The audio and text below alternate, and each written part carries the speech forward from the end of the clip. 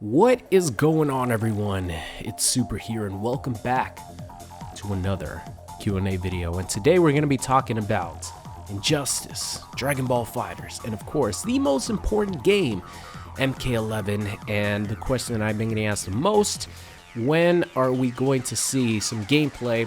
When are we going to see the announcement for this game?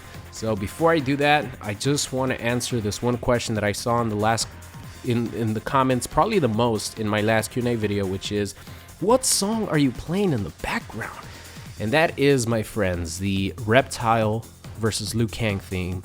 It's more like the Reptile theme because it starts playing when Reptile comes out in the Mortal Kombat movie. It's just one of the greatest theme songs of any one character in a video game adaptation of a film, or a film adaptation of a video game. I think I said that the opposite way. And we all know that Mortal Kombat, the original 95 Mortal Kombat movie, is probably the best video game movie of all time. It's just like so true to the material, and they did such a good job, especially when it came to the soundtrack. Of course, we all know the iconic Mortal Kombat theme song from the 95 film that, surprisingly, I think it was never used as a theme song for one of the video games, which shocked the hell out of me. Maybe they couldn't really get the rights to it. I'm not sure, but the Mortal Kombat movie has awesome theme songs. And of course, the Reptile one that you guys hear in the background of all my MK videos and this video, that's the Reptile theme song. So go search it up, download it, etc. It's amazing. So now let's get on to the actual questions. The number one question, of course, being, when could we expect the trailer gameplay for MK11? So I'll give you guys a couple of dates in which we can expect something. Number one being Combo Breaker. We could probably expect the least. Like, this has the least amount of chance to have something significant happen. Combo Breaker is a big tournament, one of the biggest of the year, held in Chicago, and it's going to happen from May 25th through the 27th. Of course, NetherRealm is based off Chicago, so all the big guys are going to be in attendance to that tournament, because there's going to be like a special MK9 tournament. They're also going to have MKX and obviously Injustice 2. So there's a slight chance that maybe at some point, maybe after like the MK9 tournament, something like that, there might be something by Ed Boon, coming on the mic, maybe teasing a little something, maybe showing like a tiny clip. But I would say the chances of that happening are very slim. Even though it is a big fighting game tournament, I think doing something as far as like teasing the next MK game, even though, it would be like a good demographic to tease that to, because it's obviously a fighting game tournament. It's in Chicago, so it'd be like a nice place. But I think for maximum like coverage and hype level, I think they would probably save a teaser or something like for the week before E3. So that's like the next phase. Obviously, the next week after like Combo Breaker would be the week before E3. I think the best chance for us getting any information from now till then would be just a tweet from Ed Boon or the official like NetherRealm Twitter, saying that they're working on the next MK game and to expect like a reveal trailer during E3. I think that's what's going to happen like a week before E3.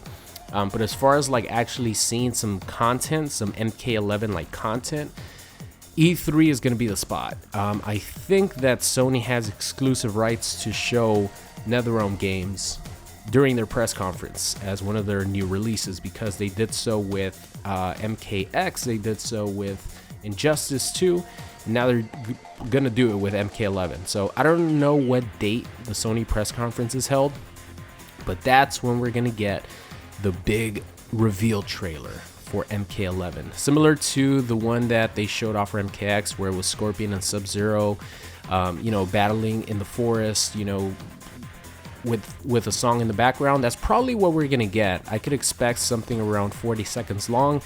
Not really like in-game gameplay. It's more like probably a cinematic fight scene is what I would probably expect. So the best bet for that to happen is going to be during the Sony press conference at E3. And then gameplay wise, we're actually going to get a ton of gameplay. There's always companies during E3 that get exclusive rights to show off content via live stream and interview at Boon and Tyler Lansdowne, etc. So we're going to get gameplay from like IGN, GameSpot, maybe Machinima, stuff like that. I don't know if single content creators will be able to get exclusive gameplay, but I'll definitely ask my manager at Machinima to see if he could like maybe work something out. But usually it's just reserved for the big companies. Like even Maximilian usually doesn't get exclusive rights to upload gameplay from like NetherRealm games. Like unless it's something where like, you know, the game is about to come out, something like that. It's usually reserved for like the big companies, which is a shame because I think we could help promote the game a lot. You know, it would be cool to have some exclusive gameplay to upload on my channel, right? So I'll keep you guys updated on that, of course, as E3 rolls around. But now let's move on to some actual questions here. All right, so the first question comes from Alex, and he asks, where is it? Okay, here we go. In Dragon Ball FighterZ, do you experience input errors a lot? I do a bunch, and it screwed me over more than enough times. Alex, I think this is a common complaint from a lot of people, including myself. There's been so many times where I try to go for Goku's level 1 super in the air, quarter circle forward, and it just does not come out, even though I know I'm rolling my freaking thumb to do this Kamehameha. And it screws me over because then if the character lives, he gets tagged out, he recovers all that blue life. It's a pain in the ass, and I know that a lot of people have that complaint too. Other times I'm like, I know I'm holding down back and somehow I get hit by a low. It's pretty crazy. So you're not the only one, man. We all experience the awfulness of input errors. All right, Goofy Gang Art asks, how did you get good at fighting games? Like, what's your process? For example, Dragon Ball FighterZ, I know combos from training mode, but I suck at execution, neutral game, and defense. Do you have any tips? I think I pretty much learned Injustice and its mechanics, also Dragon Ball FighterZ and its mechanics, pretty much in front of like you guys, like either YouTube videos or streaming. Like I learned those two games live pretty much. And what I do when I want to learn a fighting game is, of course, YouTube is your best friend.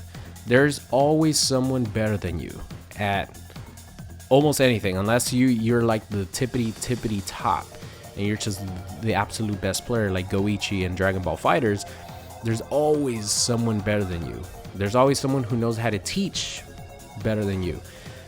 So what I do is, of course, I search up, you know, YouTube tutorials on mechanics I maybe don't understand, mechanics on how I could use that mechanic better, understanding the frame data in that game, because Dragon Ball FighterZ is definitely different frame data compared to like Injustice 2, obviously.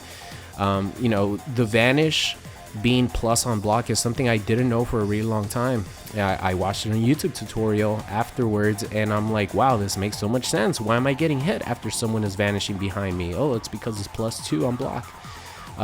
So things like that, it really helps you understand not just the fighting game you're trying to learn, but just fighting games in general. Because now that I played MKX for a really long time, dedicated a bunch of time, I could take what I know from that game and apply it to different games like Dragon Ball FighterZ, Injustice. You know, I think as far as like overhead low situations, obviously MKX has so much of that. So I use my experience playing versus Alien and characters like that to block overhead low situations in Dragon Ball FighterZ. In Injustice 2, there's a lot of footsies and spacing that you have to control, and I use that, you know, little skill to apply that in Dragon Ball FighterZ. Now, something I had to learn in Dragon Ball FighterZ is how to control the airspace. That was like, the concept of that blew my mind, and it was so overwhelming. When I was playing the beta, I was like, man, this dude looks like he's on ice, or he has like a jetpack and he's always in the air. You know, it's so hard to catch him. But once I started really putting time into training mode and learning via people who know how to play the game, know how to teach, I started to understand the aerial movement in anime fighters and, you know, Dragon Ball FighterZ in general. And that's pretty much the process that I take. I just spend a ton of time in training mode, like 95% of my time playing a video game, a fighting game. This applies to Injustice, MKX, Dragon Ball Fighters, whatever game I play, fighting games. I spend 95% of my time on that game in training mode. Like the other 5% is when I record matches, because I don't actually play matches when I'm not recording or live streaming. So 95% is spent in training mode. And it's so important to not only practice combos, but practice situations. So if you keep getting hit by the same combo string and you don't know how to get around it, every fighting game now has like a record button system where you could set the dummy to record your actions. So not only is combo training important, but also like practicing situations that you might have a hard time with. So that's my approach to fighting games.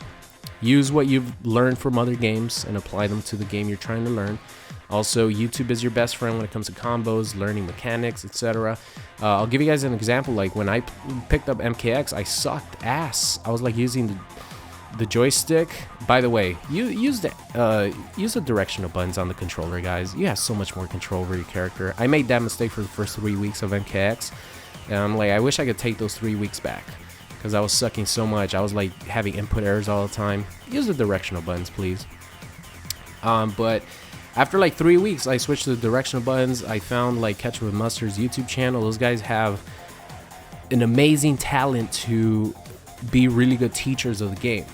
So I learned a lot very, very quickly via their YouTube videos. And I even told them, on Twitter, I'm like, you guys helped me out a lot, like understand MKX.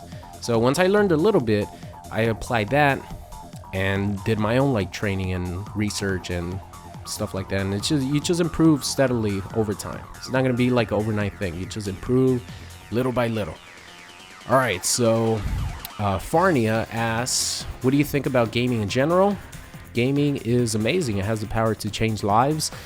Not only, nowadays, but even like before. Like, you guys ever play a fight of, not even a fighting game, just a video game in general that like as a kid, it like, I don't want to say change your life, but it just impacted you in a way that like other pieces of entertainment do. You know what I mean? Like, it has the power to really impact you as a person. Super Metroid, Resident Evil 4, those were games that I grew up playing, and I can't even explain how important they were to me, as my childhood growing up. So I think gaming is amazingly beautiful. Malicious Nutritious asks, do you think NRS would ever make a Shaolin Monks 2 or a remaster? I hope they do. I think everyone would like that. It would be cool if they added a Shaolin Monks remaster to MK11, like a co-release, or have Shaolin Monks be like an edition for the Legendary Collection, something like that, or Legendary Edition. I don't know. It would be really cool if they have that. So yeah, I think they have to do it at some point. All right, moving on now to one of like the questions I have here at the bottom. Let's answer a couple of these. Hopefully I don't spend too long on this one. I think this one was pretty funny. Why did you decide to grow your hair from it being bald? And hey, my hair was never bald. I just had a nice fade / buzz cut action going. The reason, honestly, is just because I wanted to change things up, because man, I had that buzz cut since I was 15. So when I was a kid, my dad and my mom wanted me to have a stupid bowl cut, right? I think every parent at some point, we all go through that little bowl cut phase when we're younger, when we're kids. And then obviously once we start getting attracted to the ladies, we want to change it up. We don't want to, who wants a bowl cut? You know what I mean? So I cut my hair short, like just traditionally short, but it was like spiky during like middle school. But when I got to high school, I was so like, I loved to sleep, and I would wake up all groggy, and I'm like, man, do I really have to do my hair right now? So I cut my hair to be like a buzz cut at 15, and I ran with it all the way till last year when I was 27. Obviously I did it in high school, so I wouldn't have to do my hair all the time, right? But I just kept going with that. And last year I was like, I think I don't know how, like through the YouTube recommended video vortex, I came across a channel called Alpha M, and I'm sure that some of you guys know who he is. Maybe a lot of you guys know, but his hairstyle, I was like, wow, that looks awesome. And I'm like, oh, I wonder how I would look with that hairstyle. So that like got implanted to my head, and I'm like, let's change it up. You know, I've always rocked this, so let's change it up to that. So my hairstyle is based off Alpha M's hairstyle, and it's probably the best decision that I've made as far as like personal life, right? Because I get so many more compliments now. I do, better with the ladies just because of a change in hairstyle. So maybe I'll rock something different in the next year or next couple years, but really liking having a lot longer hair than having just a simple buzz cut. All right, moving on now. I think I'm gonna answer a couple more here. I noticed you changed the soundtrack on some of your Dragon Ball FighterZ videos. By the way, I think those are like my favorite videos when I just put like Dragon Ball Z and Super music in the back. I think those are so fucking entertaining. Like the soundtrack for Dragon Ball FighterZ is good, but man, when I play the game and I listen to those in the background while I'm playing, and for example, if I'm playing with Team Gohan and I hear Gohan's anger theme, oh my god, it's like total fanboy the whole time. I don't even care if I lose. It's just like childhood dreams right there. That's what I envisioned when Dragon Ball FighterZ was announced. I'm like, man, I'm gonna be able to play with these characters in a like really good fighting game with the Bruce Faulkner Z soundtrack in the background, also the Dragon Ball Super. Oh my god, stop. Those are my favorite videos. So he asks, what are some of your favorite soundtracks from Z and Super? So I'll give you a couple here. First one is the God of Destruction Topo theme. It's not really called that. It's called, where is it? It's called Unknown Territory. That's the Dragon Ball Super soundtrack theme for God of Destruction Topo. Of course, Limit Break Survivor X. It's amazing. The final death match is the Ultra Instinct song. That one's really, really good. And of course, we can't forget about the Ultimate Battle theme. Like, the first time that I watched Jiren versus Goku and that song came up, I think I shed a tear. No joke, because everything flowed so well. This like Goku coming from the brink of death, with this new transformation, and then this song comes up. I'm like, stop, it's over, man. This show is too much. As far as like Dragon Ball Z, I love Perfect Cell theme. I mean, who doesn't love Perfect Cell theme? Pikkon theme is super underrated. It's amazing. The Vegeta theme is awesome as well. Both of the Vegeta themes, like the bell toll. I don't remember like the actual name of that one, but when the bells are like ringing, the bam, that one's really, really good. That's like the actual his theme, and then when he transformed into a Super Saiyan, that theme is really good too. What other themes do I like here? Of course, Gohan's anger, Super Saiyan 2 Gohan. Gotta love that. Or Ultimate Gohan, wherever you heard it the most or first. Let's see, what's another good one? The Hyperbolic Time Chamber song was always really good. One of the most underrated ones, I think, is Cell Returns. Man, that theme is out of this world amazing. When Cell like self-destructs and Goku takes him up to King Kai's planet, and Cell, reforms again and comes back to Earth. That theme song is out of this world fucking amazing. So those are a couple right there.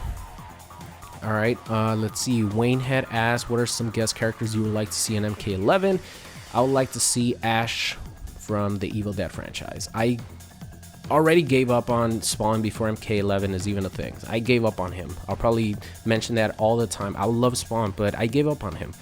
But Ash from Evil Dead is my number one character that I want to see. And I think we got one more here. Not Your Average Nothing asks, if Injustice 2 is an 8 out of 10, how would you improve it? I would take out some of the Injustice 1 characters, replace them with new characters. I would also make it so the game wasn't I forgot what the hell the term is, but pretty much all the Injustice 1 characters play identical from their Injustice 1 counterparts. Or Injustice 2. All the Injustice 2 returning characters from Injustice 1 play the same. I would have not made it that way. I would have made them have brand new moves. Legacy game, there you go. I would not have made Injustice 2 a legacy game as far as characters go. You could have kept the same gameplay style, which they kind of did. They just improved on it. But I would have liked to see these Injustice 1 returning characters have brand new moves or have them be replaced. Obviously not like Superman, Batman, Harley, like the really important characters, but I would have liked to see a way better roster like on the initial launch.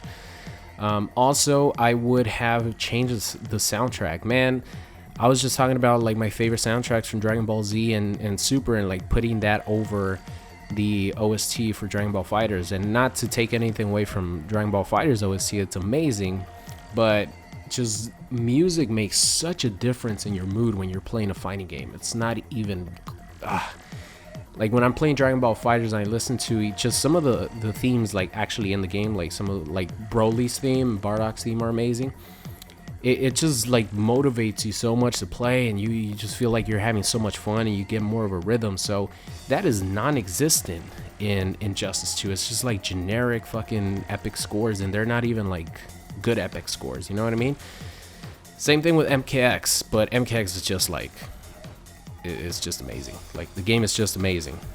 It's so fast paced you kind of forget about the song. But sometimes, you know, you listen to the soundtracks in Injustice 2 and you're like, okay, you couldn't give me something better than this. So I think those changes would have pushed it up for me, maybe to 9.5, something like that. Of course, make the screen smaller. Like, there's no need to have like 90 foot, I don't even know, like football size screen. So people could walk back the entire time. I would have made the screen smaller, the characters bigger, so it could be more of an up-close combat style game. And I think that's about it. Yeah, that's about it. So thank you guys so much for watching. This went on way longer than I thought, but I feel like I had to go long on the question of how do I get good at fighting games, and how do I, like, if I have any tips. That question or that answer went on for a long time, but feel like it's important because I do get asked that a lot. So those are some of the tips that I use to learn a new fighting game, and it's always fun answering these questions. So that's gonna be it, guys. Thank you so much for watching, and I'll see you guys next time. What's going on? It's Super here, and thank you for watching today's video. I hope you enjoyed it. If you did, make sure you guys subscribed if you are not already. Also, check out any of these videos linked at the top. Thank you for watching, and I will see you guys next time.